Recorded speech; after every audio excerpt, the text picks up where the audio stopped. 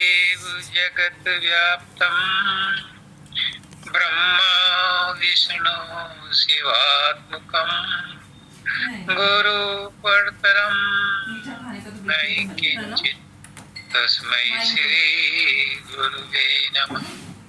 गुरुर्ब्रह्मा गुरुर्विष्णु गुरुर्देवो महेश्वरः गुरुर् साक्षात् परब्रह्म तस्मै श्री गुरुवे नमः। परम पुरुष पुरंदरी मालिक के कुल पुष्करनाथ जी की पवित्र आत्माओं सभी सत्संगी भाइयों बहनों माताओं बच्चों बुजुर्गों सबको राधा स्वामी। आज तो दाता दयाल जी के जितने भी शब्द पढ़े गए एक से एक बढ़िया थे।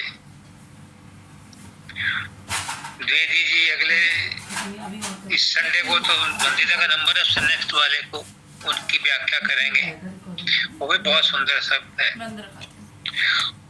और इसकी मैं आज देखता हूँ गुरुदेव कितनी मदद करते हैं कि गुरुदेव आज क्या क्या खेल पाते हैं। ये एक सच्चाई है। हर इंसान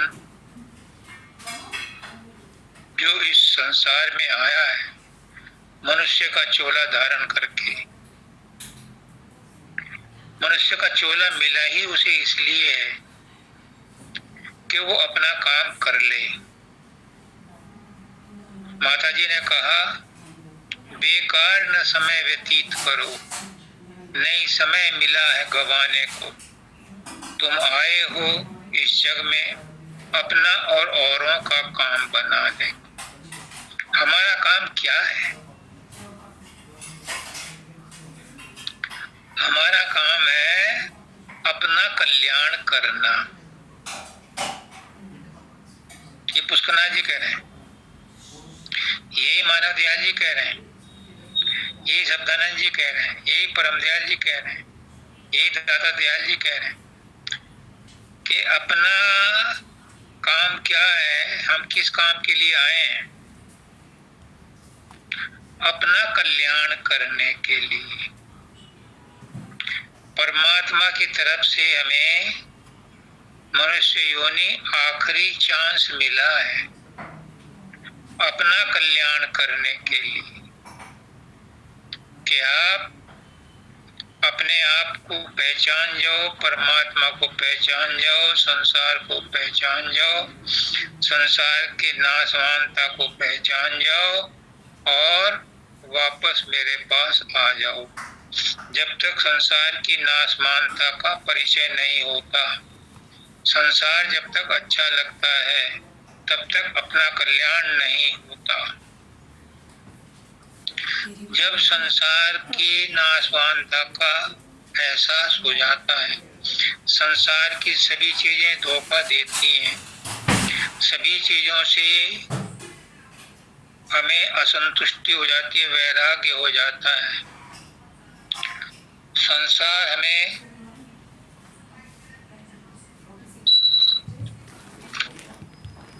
अच्छा नहीं लगता, संसार हमें पराया लगता है, परमात्मा हमें अपना लगता है, परमात्मा से प्रेम हो जाता है तो हमारा कल्याण हो जाता है। इसलिए कहा है कि समय न व्यतीत करो, काल का डंका तो बज चुका है। किसी का साल भर है, किसी का 2 साल है, किसी का 10 साल है, किसी का 20 साल है, किसी को पता नहीं कब आ जाए नोटिस, कब पेशी हो जाए, कोई पता नहीं। इससे पहले शब्दानंद जी कहे, इससे पहले कि परवाना आए वो 1 सेकंड का टाइम नहीं देता। इससे पहले कि उसकी कॉल आए अपना कल्याण कर लो। और अपना कल्याण क्या है? अपना कल्याण है कि उस परमात्मा से जुड़ जाओ। लेकिन जुड़ोगे कब? जब संसार से नाता टूटेगा। संसार से जो संयोग हुआ है, इससे संबंध विच्छेद होगा। अगर संसार की किसी भी इच्छा का, कामना का, तृष्णा का, मोह का, ममता का, बाबा फकीर कहते हैं कि किसी की भी इच्छा की अगर एक सुगंध भी रह गई, एक छींटा भी रह गया, तो काम नहीं बना। एक जन्म और एक जन्म में फिर 84 लाख का ताना बाना बुन चुका होता है। इस समय बड़ा अच्छा अवसर है कि मनुष्य जन्म भी मिला है, गुरु भी मिला है, गुरु ने नाम भी दिया है, गुरु ने सत्संग भी दिया है, गुरु ने अज्ञान भी मिटाया है, ज्ञान दिया है। गुरु ने हमें सारे भेद खोल के बता दिए, करने का रास्ता बता दिया है, रहने का रास्ता बता दिया है। अब बारी हमारी है कि उस पर हम अमल करें, उस पर हम चलें, आचरण में लाएं, अपने आप को पहचान लें। Self realization is god realization. अपने आप को पहचान लेंगे तो परमात्मा को पहचान लेंगे। अपने आप को पहचान लेंगे तो संसार को पहचान लेंगे। संसार से हमारा नाता नहीं है, स्थायी संबंध नहीं है, टेम्परेरी संबंध है, किराए का मकान है, इसे छोड़ के जाना है। शरीर भी किराए का मकान है, संसार भी किराए का मकान है। यहाँ नोएडा में कुछ बिल्डर ने 3 व्हीलर के पीछे ऐड लगा रखे, अपना घर तो अपना ही होता है। यानी हमारा जो निज घर है, जहाँ से हम आए हैं सतलोक, वहाँ पर जो आराम मिलता है वो इस संसार में नहीं मिलता। अपना घर तो अपना ही है। इसलिए हमें सबको अपने घर जाने की चिंता होनी चाहिए, प्रयास होना चाहिए। तो इसी के लिए कहा है कि ये क्या होगा, कैसे होगा? गुरु चरणों में ठौर ठिकाना मिले। अगर गुरु के चरणों में ठौर ठिकाना मिल गया, चरणों में विश्वास हो गया, गुरु पर विश्वास हो गया। गुरु पर विश्वास कौन कर सकता है?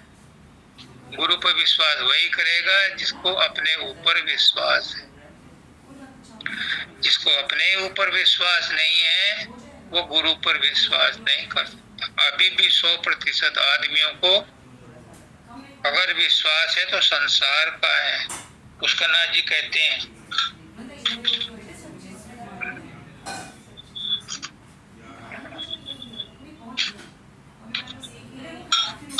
कि हर आदमी इमरजेंसी के लिए एक लिस्ट बनाता है कि इमरजेंसी में कौन कौन उसकी मदद करेगा, और उस लिस्ट में उन लोगों के नाम, पते और टेलीफोन नंबर भी होते हैं।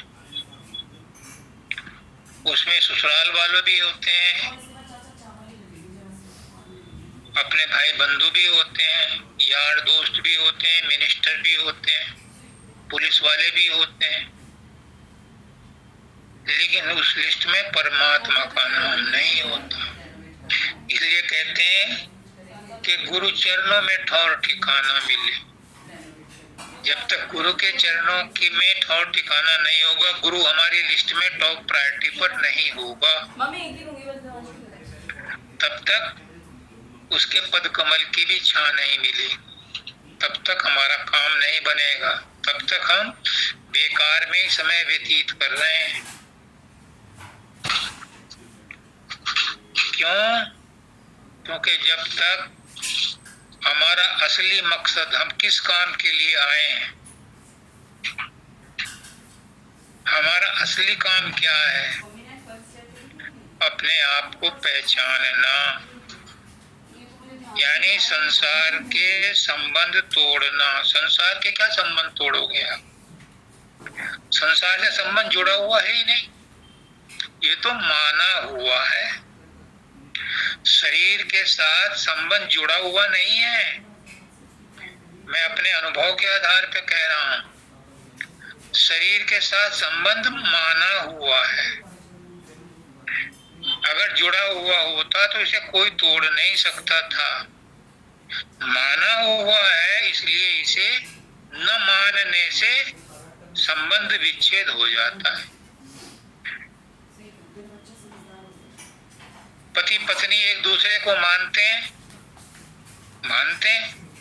तो पति पत्नी है। नहीं मानते तो संबंध विच्छेद का तो डाइवोर्स ले लो। बेटा बाप को मानता है, बाप बेटे को मानता है, बढ़िया है। नहीं मानता, संबंध तोड़ लेते हैं, नोटिस दे देते हैं, अखबार में छपवा देते हैं, मेरा इससे कोई रिश्ता नहीं। तो संसार से हमारा नाता माना हुआ है, जुड़ा हुआ नहीं है। जुड़ा हुआ है किससे? परमात्मा से। आत्मा का संबंध परमात्मा से परमानेंट जुड़ा हुआ है, लेकिन वो हमने माना नहीं। देखो मजे की बात, जो परमानेंट संबंध है उसे हमने माना नहीं, और जो परमानेंट संबंध नहीं है उसे परमानेंट माना हुआ है। हम अपने आप को शरीर कहते हैं, मेरा नाम राजेश है, मेरा नाम बंदिता है, मेरा नाम जयश्री है। ये इस शरीर का नाम है, मेरा नाम नहीं है। ये हमने माना हुआ है, इसे हम तोड़ सकते हैं, लेकिन परमात्मा के साथ, आत्मा के साथ जो हमारा संबंध है वो स्थायी है, वो हमने माना नहीं, उसे हम मान सकते हैं। आज मान लो, आज ही कल्याण है। जितनी जल्दी मान लोगे उतना ही कल्याण, और जितनी जल्दी संसार के संबंध को नकार दोगे उतनी जल्दी आपका कल्याण है। अभी आपके हाथ में। सब कहते हैं कि हमसे कुछ नहीं होता, आप कर लो। धृतराष्ट्र ने भी यही कहा था कि मैं चाहता हूं युद्ध ना हो, और मैं कृष्ण को भगवान मानता भी हूं, लेकिन वो मुझसे करवा ले, मुझसे तो नहीं होता, वो करवा ले।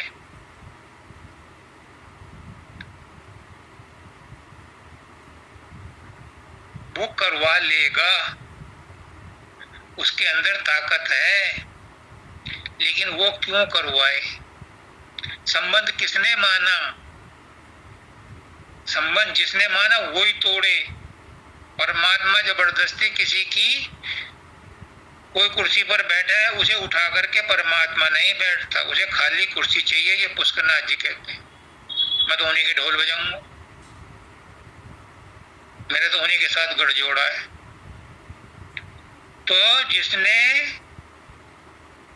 संबंध माना है वही तोड़ेगा, परमात्मा जबरदस्ती नहीं तोड़ेगा, और तोड़ेगा तो फिर बहुत कष्ट होगा। एक शर्त है, अगर तुम अपने आप को असहाय महसूस कर रहे हो, आप में से जो अपने आप को असहाय महसूस कर रहा है कि मेरे बस में नहीं होता, मैं चाहता हूं और गलती हो जाती है, हे गुरुदेव, हे परमात्मा, तुम मुझे सद्बुद्धि दो, मुझे सुधार लो, तो उसका बचाव है। ये धृतराष्ट्र ने भी नहीं किया था, वो कर सकता था क्या? के गुरु के प्रति समर्पित हो जाओ, फिर गुरु की जिम्मेदारी, क्योंकि जो शरणागत होता है, शरणागत की लाज रखनी पड़ती है। द्रौपदी ने कहा, मेरी लाज तेरे हाथ, मेरी लाज तेरे हाथ, मेरी लाज तेरे हाथ, और रखी लाज। अगर धृतराष्ट्र भी कृष्ण के सामने समर्पण कर देता तो ऐसी कोई ताकत नहीं थी कि युद्ध न रुक जाता, लेकिन उसने समर्पण नहीं किया। ऊपर से उसने सबको बेवकूफ बनाता रहा कि मैं भी चाहता हूं संधि हो जाए, मैं भी। और अगर तू चाहता है तो लड़के से संबंध तोड़, अगर दुर्योधन मेरा कहना नहीं मानता संबंध तोड़, लेकिन नहीं, अर्जुन ही मोह में नहीं फंसा था, उससे ज्यादा मोह तो धृतराष्ट्र का था। अंधा बनेगा तो उसने फायदा उठाया, लेकिन ज्यादा तो मोह, पुत्र मोह धृतराष्ट्र का था, जिसकी वजह से ये युद्ध हुआ। तो यहाँ कहते हैं, देखा माना जान लिया दुखदाई संसार। क्या एक्सपीरियंस नहीं हुआ? अब तक का एक्सपीरियंस कम है क्या? किसको सुख मिला? जान लिया, पहचान लिया, ये दुखदाई संसार है, साथ नहीं जाता किसी के। कितने मर गए हमारे सामने, क्या ले गए वो? क्यों तुम फिर इस संसार के पीछे पड़ते हो कि मैं ये ले जाऊंगा, मैं वो ले जाऊंगा, मैं ये कर दूंगा, मैं वो कर दूंगा, मैंने इतना धन कमा लिया, इतना और कमाऊंगा। किसके लिए? ये तो यहीं का है, यहीं पड़ा रह जाएगा, साथ कुछ नहीं जाएगा।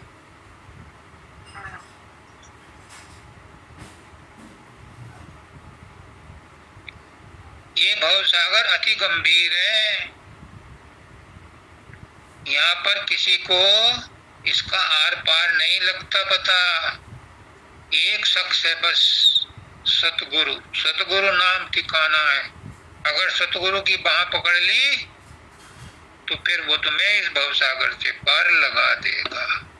लेकिन बहुत बड़ा लेकिन है। सुन लो स्वामी जी महाराज क्या कहते हैं,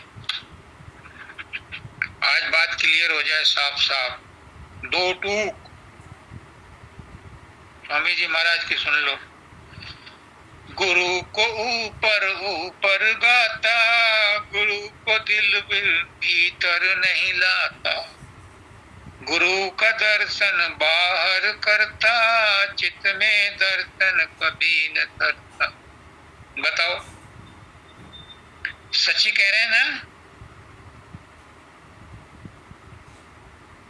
स्वामी जी महाराज? राधा स्वामी दयाल सच कह रहे हैं कि गुरु को ऊपर ऊपर गाता। धृतराष्ट्र ने भी ऊपर ऊपर गाया था। गुरु को दिल भीतर नहीं लाता। गुरु को दिल भीतर कौन ले गया? या तो भीष्म पितामह ने पहचाना, उनको भगवान ही मानते रहे। जब उन्होंने उनकी प्रतिज्ञा तोड़ने के लिए पांडवों की सेना का विध्वंस करना शुरू किया भीष्म पितामह ने, तो श्री कृष्ण भगवान रथ का पहिया लेके उसे सुदर्शन चक्र बना करके उनके ऊपर दौड़े। उन्होंने कहा, हे कमल नयन, मारो मुझे, मैं आपके हाथ से मर करके स्वर्ग को चला जाऊंगा, मैं आपको पहचानता हूं। मारा नहीं, उनकी प्रतिज्ञा तोड़ी।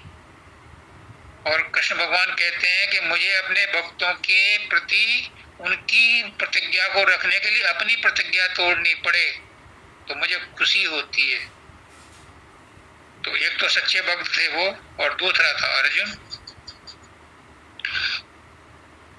काज तेरा कैसे होए भाई, ऊपरी गुरु संग लगन लगाई। जब तक भीतर में गुरु को नहीं लाओगे, मैं बार बार कहता हूं हर सत्संग में, बाहर का गुरु तो आपको अंदर वाले गुरु का परिचय देता है, आपको आपके अंदर वाले गुरु से जोड़ता है, आपको शब्द और प्रकाश से जोड़ता है, आपको नूरी रूप से जोड़ता है। बाहर का गुरु आपकी मदद करता है, वो परमात्मा से जुड़ा हुआ होता है और आपको बार बार उकसाता है कि देख तेरे अंदर गुरु है, मैंने अपने गुरु को पहचान लिया, तू भी अपने गुरु को पहचान, मैं तेरी मदद करता हूं। लेकिन सब कहते हैं तुम ही कर लो, मुझे अंदर ना जाना पड़े। तो जब तक तुम अंदर नहीं जाओगे, तुम रोटी नहीं खाओगे, तो तुम्हारी हड्डी पसलियां कैसे मजबूत होंगी? गुरु तो आशीर्वाद देगा, लेकिन रोटी तो तुम्हें खानी पड़ेगी, रास्ता तो तुम्हें चलना पड़ेगा। गुरु तुम्हारी मदद कर रहा है।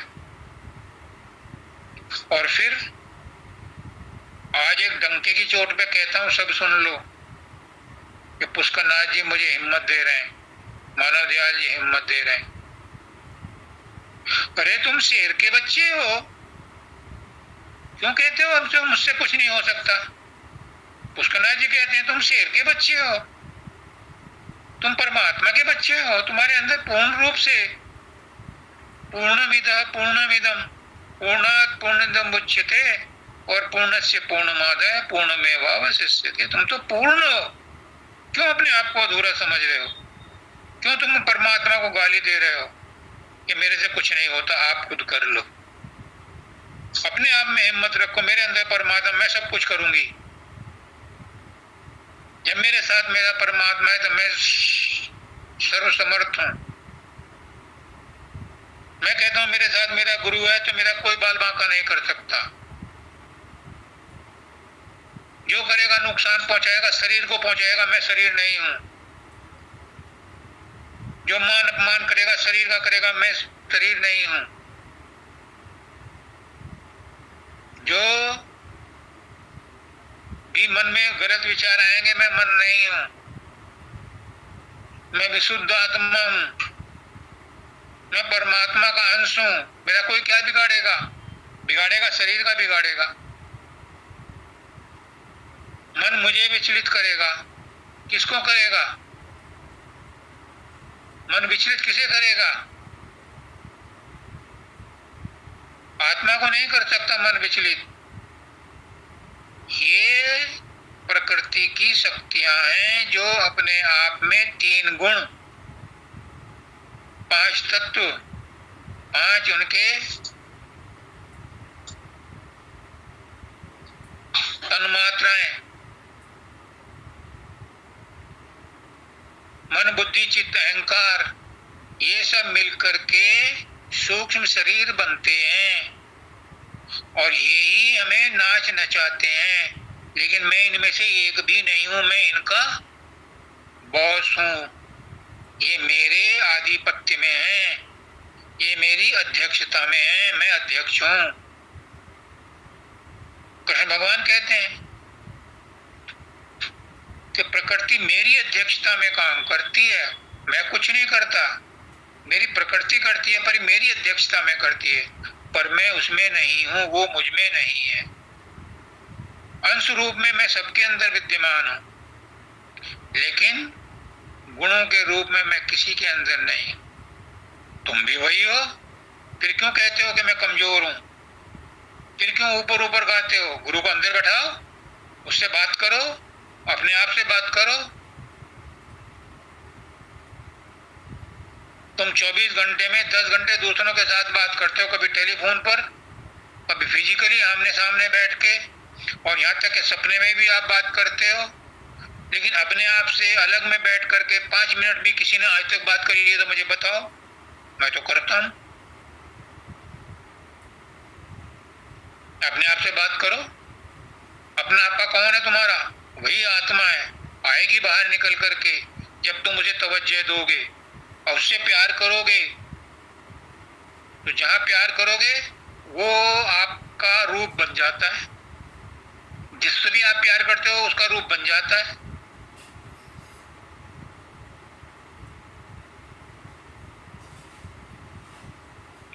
भीतर धन और मान विराजा।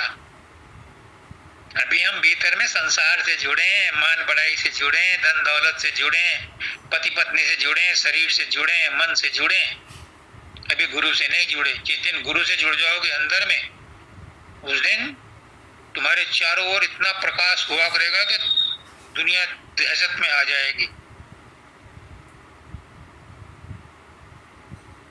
ऊपरी नाम गरीबी राज साजा, भीतर काम और क्रोध बसाए, ऊपर छील क्षमा दिखलाए। परमात्मा को दूर से बैठा के मंदिर में धूप बत्ती करते हैं और मन में काम क्रोध भरते हैं।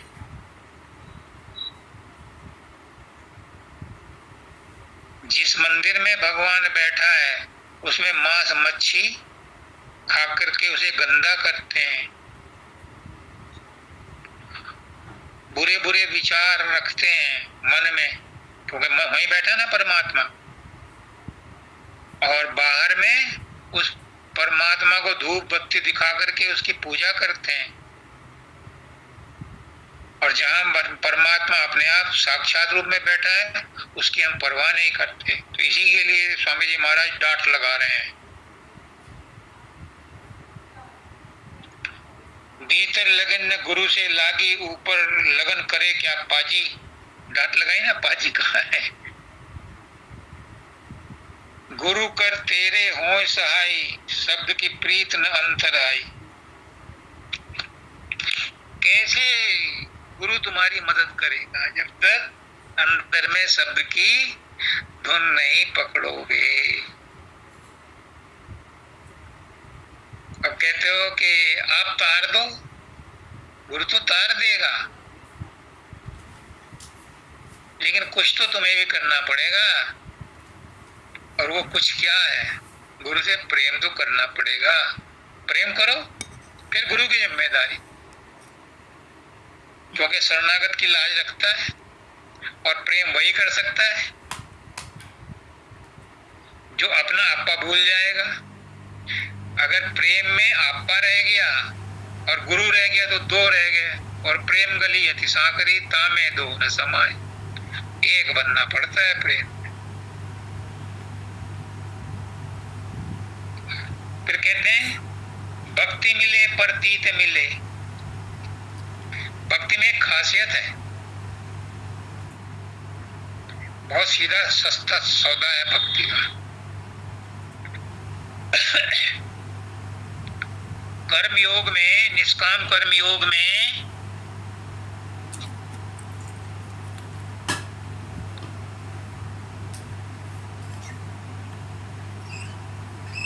निष्काम कर्म करके, सेवा करके, निष्काम सेवा करके। निष्काम सेवा किसकी करोगे? संसार की। तो कर्म योग में संसार भरपूर भरा है। जरा सी ठसक लगी और तुम संसार में फंसे। निष्काम सेवा कर रहे हो, जरा सा अहंकार आ गया। आप दान दे रहे हो, जरा सा अहंकार आ गया। बहुत अच्छा है निष्काम कर्मयोग, लेकिन निष्काम कर्मयोग संसार में फंसाता है, क्योंकि संसार के द्वारा ही किया जाता है। इसके इंस्ट्रूमेंट संसार की चीजें हैं। और ज्ञान योग प्रकृति और पुरुष, प्रकृति और पुरुष में जोड़ भिड़ाते भिड़ाते बड़े बड़े ऋषि मुनि पटक गए, झटका खा गए। क्यों? इसमें भी संसार के साथ रगड़ रगड़ रहती है 24 घंटे। मैं ये छोड़ूंगा, मैं ये त्याग करूंगा, मैं ये ग्रहण करूंगा, मैं ये ग्रहण करूंगा। किसका ग्रहण करोगे, किसका त्याग करोगे? जब तक त्याग और ग्रहण लगा हुआ है तब तक तुम संसार में हो, प्रकृति में लगे हो। कैसे मुक्ति मिले? बड़े दर्द दिल से कह रहा हूं। और भक्ति में सब कुछ मेरे गुरु का, तेरा तुझको अर्पण, जो कुछ भी है, खाया पिया सब तेरे अर्पण, अच्छा बुरा सब तेरे अर्पण, विचार अच्छे आए गंदे आए तेरे तू जान, रोटी मिल गई तो ठीक है, नहीं मिली तो ठीक है, सब कुछ गुरु को अर्पण, सब कुछ परमात्मा को अर्पण, सब कुछ परमात्मा को अद्वैत बना दिया। द्वैत मिट गया जब सब कुछ उसे अर्पण हो गया। शरीर भी तेरा ही, आंखें भी तेरी, चश्मा भी तेरा, हाथ भी तेरे, सब कुछ तेरा तुझको अर्पण कर दिया। तो फिर भक्त नहीं रहता, भक्ति भी नहीं रहती, फिर वो भगवान हो जाता है। कितनी आसान तरकीब है। जो शरणागत हो गया, फिर परमात्मा उस शरणागत में आने वाले की लाज के लिए था, क्या नाम, मानव दयाल जी डंके की चोट पे अपनी जान पे खेल करके भी अपने भक्त की लाज रखता है गुरु। कितनी बड़ी बात कही, अपनी जान पे खेल के आंच नहीं आने देता। और पुष्करनाथ जी कहते हैं बाल बांका नहीं होने देता, लेकिन पूर्ण समर्पण चाहिए। गुरु को ये विश्वास हो जाए कि इसके अलावा, मेरे अलावा इसका कोई नहीं है, तो फिर मैं भी इसका ही हूं, फिर उसका वो गुलाम हो जाता है। नशा चढ़े इस रंग का उतरे नहीं कुमार। हजूर मानव दयाल जी कहते थे कि संसार की शराब में तो नशा उतरता है और चढ़ता है, लेकिन मालिक के प्यार में, गुरु के प्यार में जो नशा होता है वो चढ़ता ही रहता है, वो उतरता नहीं। वो कहा करते थे अगर होता नशा शराब में तो नाचती बोतल। शराब में नशा नहीं है। जो शराबी शराब पी करके नाचते हैं या बेहोश होते हैं, अगर वो नशा शराब में होता तो बोतल भी नाचती। वो इफेक्ट करती है नर्व्स पर, नसों पर करती है, और वो नशे क्या है, वो संसार है। तो शराब जो संसार में लिप्त है उस पर नशा करती है, और गुरु के साथ जिसका प्यार होता है उस पर कैसा नशा चढ़ता है? वो नशों में नहीं चढ़ता, वो आत्मा पर चढ़ता है, सूरत पर चढ़ता है, और वो नशा उतरता नहीं, चढ़ता ही चढ़ता है। चढ़े मजीठा रंग, ऐसा रंग चढ़ता है कि फिर वो उतरता नहीं। गर्दन कटवा दी, खाल उतरवा दी, लेकिन प्रेम के प्यारों ने पीछे कदम नहीं उठाया।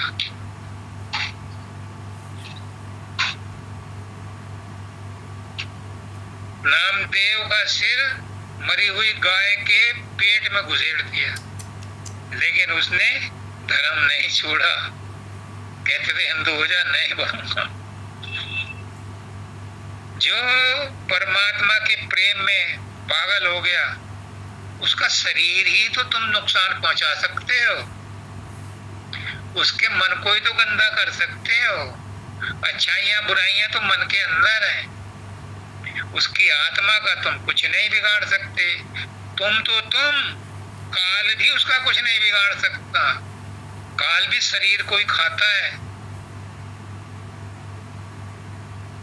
जीव की आत्मा को काल नहीं खा सकता, उसकी ताकत नहीं है, क्योंकि जो सूरत है वो सतलोक की वासी है, अजर अमर अविनाशी है।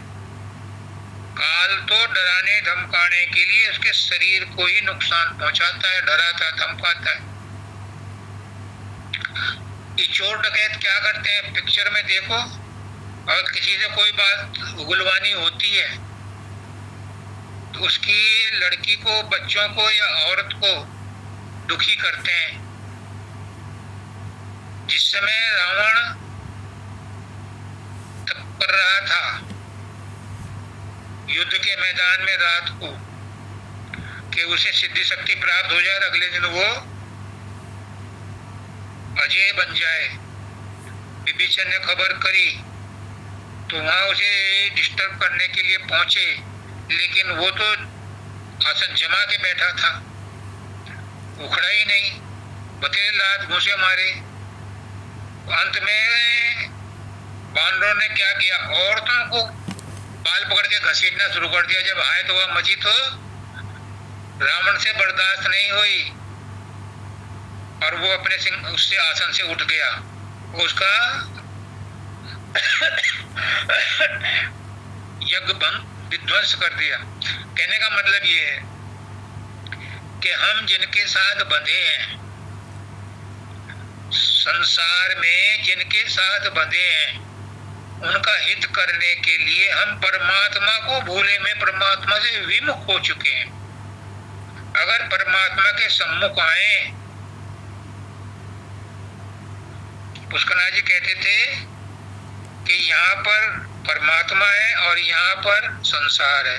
अगर तुम बीच में खड़े हो और तुमने संसार की तरफ मुंह कर लिया तो तुमने परमात्मा की तरफ पीठ कर ली, और अगर तुमने परमात्मा की तरफ मुंह कर लिया तो संसार से पीठ हो गई, और संसार से पीठ हो गई, परमात्मा की तरफ मुख हो गया। तो परमात्मा का एक वचन है, तुलसीदास जी कहते हैं, सन्मुख हो जीव मोहि जबहि, कोटि अग नासई तबहि। मेरी तरफ मुख तो कर लो, मेरी तरफ आ तो जाओ, आना भी किसका, मेरी तरफ मुंह ही कर लो, तब भी मैं तुम्हें तार दूंगा, सारे पापों को खत्म कर दूंगा। कितना सस्ता सौदा है। गुरु भी यही कहता है कि तुम गुरु को मान लो, पर ऊपर ऊपर मत मानो। अभी बताया कि गुरु को ऊपर ऊपर का, तो ऊपर ऊपर सभी कहते हैं, मैं शरणागत हूं, लेकिन शरणागति ऐसे नहीं होती। शरणागति कोई गुरुमुखी होता है, और जो शरणागत होता है उसकी लाज रखता है अपनी जान पे खेल के भी। शरणागति की हालत त्रिकुटी पार करके आती है। फिर संसार की कोई चीज उसे, कोई बुराई उसे छू नहीं सकती, कोई पाप उसे छू नहीं सकता, कोई कर्म उसका छू नहीं सकता। सब जल करके नष्ट हो चुके होते हैं दल कमल में। उस समय उस अवस्था में, हालांकि ये अभी पूर्णता की अवस्था नहीं है, लेकिन ये अवस्था तुम्हारे काम बन जाने की है कि आप आत्म पद में आ गए, शून्य में आ गए, क्योंकि त्रिकुटी के बाद शून्य में आ गए, और शून्य से तुम्हें एक रास्ता मिलता है, 10वां द्वार, उससे खिसक करके तुम महाशून्य में आते हो, और तब भौमर गुफा में फाइनल धुलाई होती है, तुम्हारा इमिग्रेशन चेक होता है, और फिर सतलोक में जब प्रवेश हो जाता है तब तुम वही हो जाते हो, शहंशाहों के शहंशाह बन जाते हो तुम। अब भी वही, अभी कुछ नहीं है तुम में कमी, पूर्णमिदं पूर्णमिदं पूर्ण हो, लेकिन संसार से जुड़े हो, संसार से संबंध विच्छेद होना बाकी है, और वो विच्छेद तुम्हें ही करना है, क्योंकि तुमने ही जोड़ा है। संसार ने नहीं जोड़ा, किसी और ने नहीं जोड़ा, हमने अज्ञान के कारण, अविद्या के कारण। महाराज दयाल जी कहते थे, ये विद्या तू बड़ी अविद्या, तै संतन की कदर न जानी। ये अविद्या ही हमारी सबसे बड़ी दुश्मन है। पुष्करनाथ जी भी कहते थे कि ये अज्ञान है हमारा तीसरा, जो हमारा वो है बुखार, तीन ताप से जीव दुखी है, निबल अबल अज्ञानी। एक शारीरिक दुख, एक मानसिक दुख और आत्मा का अज्ञान। ये आत्मा का अज्ञान ही हमें आगे नहीं बढ़ने देता। पहले तो शरीर का ज्ञान ही हमें हमारे शारीरिक बोधभान नहीं छोड़ने देता। शारीरिक बोधभान छूट जाए, शरीर शून्य हो जाए, लेकिन फिर मन का क्षेत्र आता है, ब्रह्मांड आता है। ब्रह्मांड में तरह तरह के विचार आते हैं। ब्रह्मांड बहुत बड़ा है। जो ब्रह्मांड को पार कर गया, त्रिकुटी को पार कर गया, वो शून्य में जाता है। फिर उसकी बचत होनी शुरू हो जाती है। फिर उसके उद्धार के लिए प्रकृति नहीं, परमात्मा प्रबंध करता है। ब्रह्मांड तक तो प्रकृति तुम्हारी मदद करती है, सारे कुछ चीजें उपलब्ध कराती है, और ब्रह्मांड छोड़ते ही फिर परमात्मा की शक्तियां हमारी मदद करने के लिए तैयार हो जाती हैं। सदगुरु महाशून्य में भी पहुंच करके मदद करता है। सदगुरु अमर गुफा में भी मदद करता है, और सदगुरु सतलोक में तुम्हें अपने अंदर मिला करके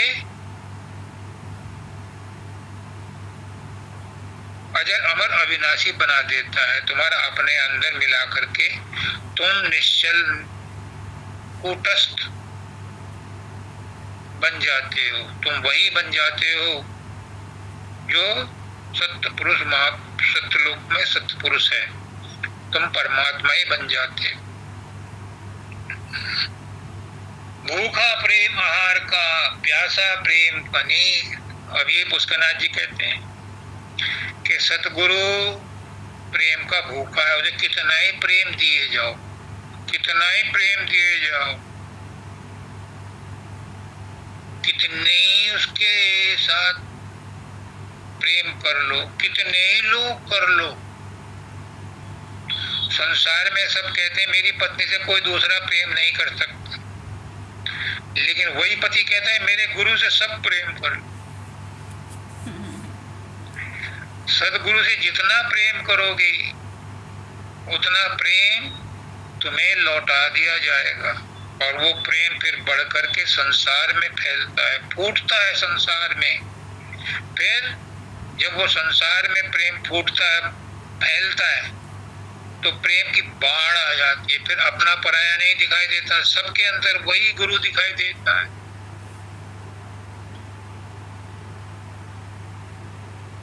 सबके अंदर मेरा साईया, सब घट मेरा साईया, सोनी सेज न कोय, और बलिहारी हुआ घट की, जा घट पर घट होय।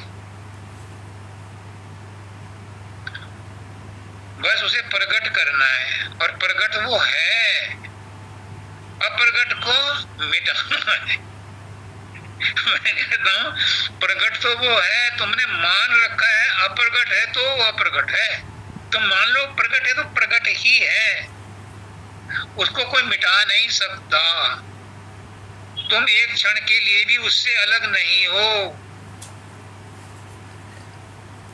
मैं कहता हूं कि सूखी पत्ती में भी है, जलती हुई आग में भी वही है।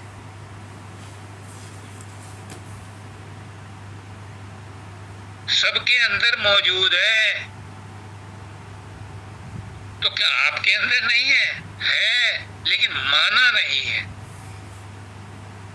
उसे मान लो, आज और अभी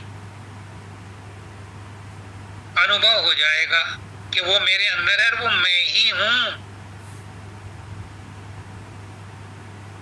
लेकिन बहुत बड़ा लेकिन है, ये तब तक अनुभव नहीं होगा जब तक के असत के साथ संबंध जुड़ा हुआ है, और सबसे बड़ा असत है शरीर, सबसे बड़ा असत है मन के विचार, सबसे बड़ा असत है धन दौलत, सबसे बड़ा असत है परिवार, सबसे बड़ा असत है वस्तुओं के साथ ममता, अहंता। ये नहीं छूटती, ये अहंकार है, ये नहीं छूटता। अगर ये छूट जाए तो वही हो, तुम वही हो, तुम वही हो। मुझे 4 बार कहा था शब्दानंद जी ने प्राइवेट सत्संग देने के बाद, राजेश तू वही है, तू वही है, तू वही है, तू वही है, तत्त्वमसि, तू वही है, तू वही। श्वेत केतु को 17 बार कहा था। उसके पिता ने जब उसको वो दिया था, मुझे 4 बार कहा था शब्दानंद जी महाराज। और पुष्करनाथ जी तो मुझे हर मैसेज में ये कहते थे, राजेश तू और मैं एक है। उनकी तो गिनती नहीं है। उन्होंने पूरी तरह से मुझे अपना वो बना लिया, जड़ खरीद गुलाम।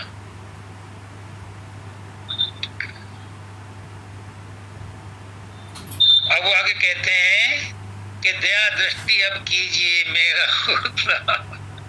अब तो मानना पड़ेगा तुम्हारी बात कि हमने सुन लिया गुरुदेव, जो आपने कह दिया मान लिया, अब हमें उद्धार कर दो। यही कहोगे ना कि सब कुछ सुन लिया, पंचों की राय सिर माथे और पतनाला यहीं गिरेगा। अगर गुरु की बात मान ली तो फिर गुरु कहता है कि पतनाला जहां रखो वहीं रखो तो ठीक है। नहीं, आप कहते बात तो आपकी मान ली और पतनाला वहीं रहेगा जहां मैंने रखा है, तो फिर बात कहां माननी? फिर तो बात हमने संसार की माननी, गुरु की कहां माननी। इसलिए कहा है कि तुम जैसा कोई सियाना मिले, ऐसा सियाना मिले। सियाना किसे कहते हैं? एक तो वो चतुर सियाने होते हैं जिनको पुष्करनाथ जी कहते थे गुरु उनसे दूर ही रहता है, और एक सियाना वो होता है कि जो समझदार होता है और दूसरों को समझा देता है। तो गुरु को वो सियाना बताया है कि गुरु परमात्मा से जुड़ा हुआ है, गुरु ने अनुभव किया हुआ है, वो हमें अनुभव करा देगा। इसलिए उसे कहा है कि सियाना मिले, यानी गुरु जैसा ज्ञानी अगर हमें ज्ञान देगा। अर्जुन ने पहले अध्याय में 20-25 श्लोक में तर्क दिए, मैं युद्ध नहीं करूंगा। फिर दूसरे अध्याय में जाके कहा, आप मेरे गुरु हो, मुझे शिक्षा दो। जब उसने ऐसा कहा, अब कृष्ण भगवान को उस पर दया आ गई, तो उन्होंने उसका ब्रेन वॉश किया। कब? जब वो शरण में आकर के उसने कहा, आप मेरे गुरु हो, मुझे शिक्षा दो। धृतराष्ट्र ने ऐसा नहीं कहा था, अगर कहता तो युद्ध ना होता। वो ऊपर ऊपर गा रहा था, लेकिन अर्जुन ने अंदर से गुरु मान करके उनको कहा, और फिर उन्होंने उसे अपने वचनों से सही मार्ग दिखाया और उसका उद्धार भी किया।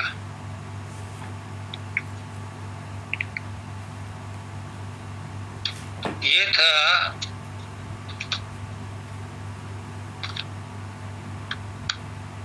जो माता जी ने कहा, बेकार न समय व्यतीत करो। इसमें एक लाइन है, कथनी बदनी से लाभ नहीं।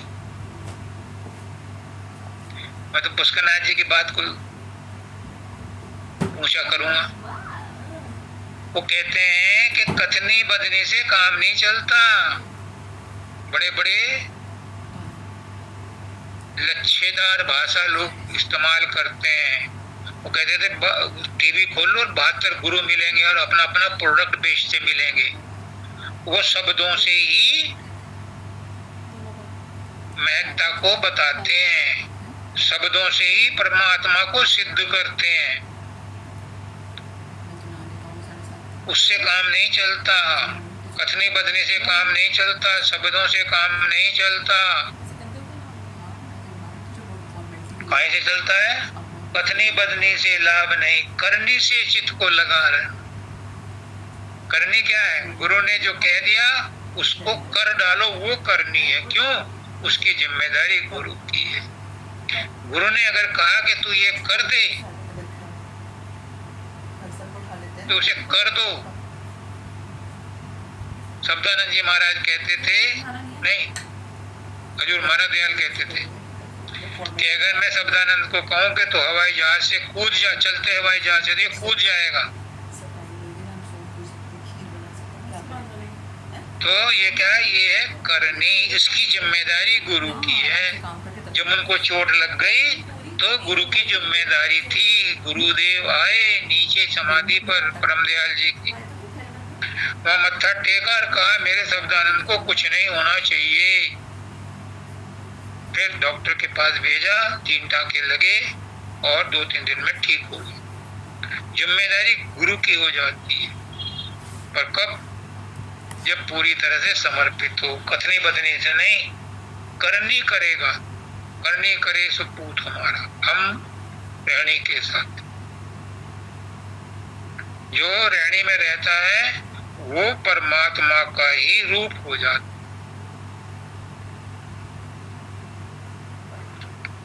कथनी के सूरे बहुत मिले, करनी से उनको काम नहीं। उनका जीवन है बातों का, वह जन्मे बात बना।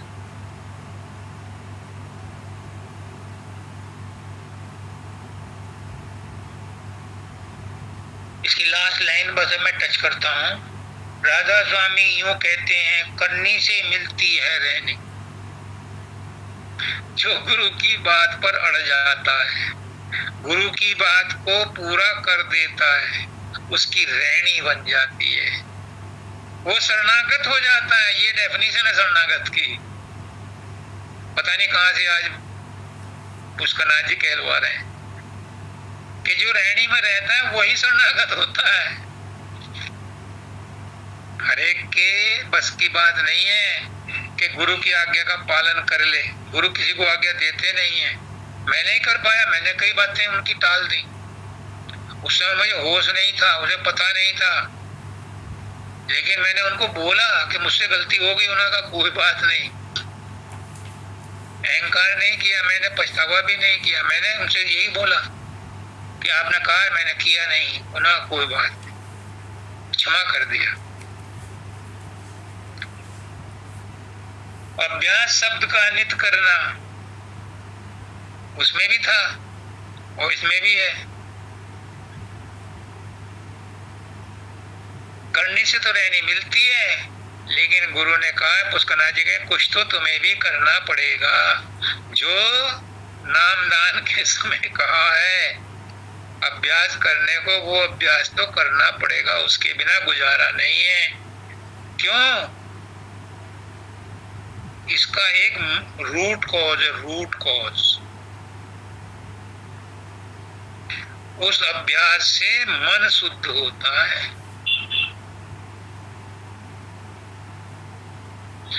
मन की विकार शुद्ध होते हैं उस अभ्यास से जो गुरु ने बताया है, और वही करनी बन जाती है, वही रहनी बन जाती है, और वही शरणागत बन जाता है। इससे सब लिंक हैं। और वो अभ्यास चित्त की वृत्ति को ठहराने के लिए, वही मैं कह रहा ना कि मन साफ हो जाता है, शुद्ध हो जाता है। जिसकी चित्त वृत्ति शुद्ध हो गई, स्थिर हो गई, वो स्थित प्रज्ञ हो गया। जिसका मन ठहर गया उसे आत्म साक्षात्कार हो गया। किन शब्दों में कहूं, आप बड़े पुण्यवान हैं।